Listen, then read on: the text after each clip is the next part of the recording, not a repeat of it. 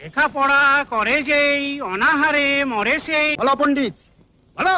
লেখাপড়া করে যেই অনাহারে মরে সেই। বড়ই অদ্ভুত সমাজ আর বড়ই অদ্ভুত সময়ের মধ্যে দিয়ে যাচ্ছি আমরা।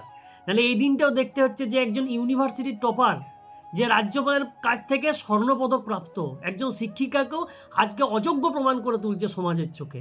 মানে শিক্ষাটাকে জাস্ট ছেলা খেলা হিসাবে দেখানো হচ্ছে।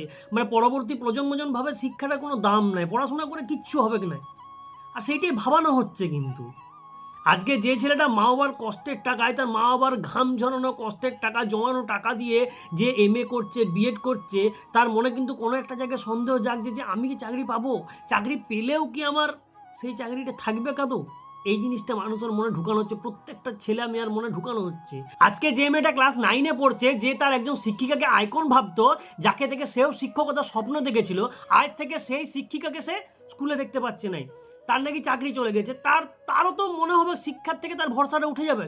এবারে অনেকেই প্রশ্নটা করবে, এই কমেন্টটা করবে, এটা স্বাভাবিক একটা বিষয় যে শিক্ষা সার্থকতা মানেই কি সরকারি চাকরি করা? আরও তো অনেক কাজ আছে, আরও বেসরকারি ভালো ভালো কাজ আছে, অনেক উন্নত মানের কাজ আছে অবশ্যই। কিন্তু এই জিনিসটাও একটা মানে কঠিন বাস্তব, এটাও মানতে হবে যে একটা ছেলে বা মেয়ের যখন সরকারি চাকরি হয়, তার মা যতটা নিশ্চিন্ত হয় বেসরকারি চাকরি কিন্তু হয় না, এটা বাস্তব।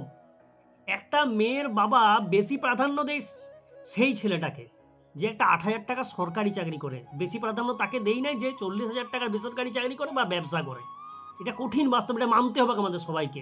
তাই কি করা হচ্ছে, শিক্ষাটাকে আজকে ছেলেমেয়া বা পরবর্তী প্রজন্মের কাছে ছেলেখেলা করা, যা ছেলেখেলা করা হচ্ছে, এটা এক প্রকার মগজ ধোলাই, যে শিক্ষাতে কিছু নাই, লেখাপড়া করে কিচ্ছু হবে না, জাস্ট হিরোগ্রাজের দেশের মতো জাস্ট মগজ ধোলাই হচ্ছে।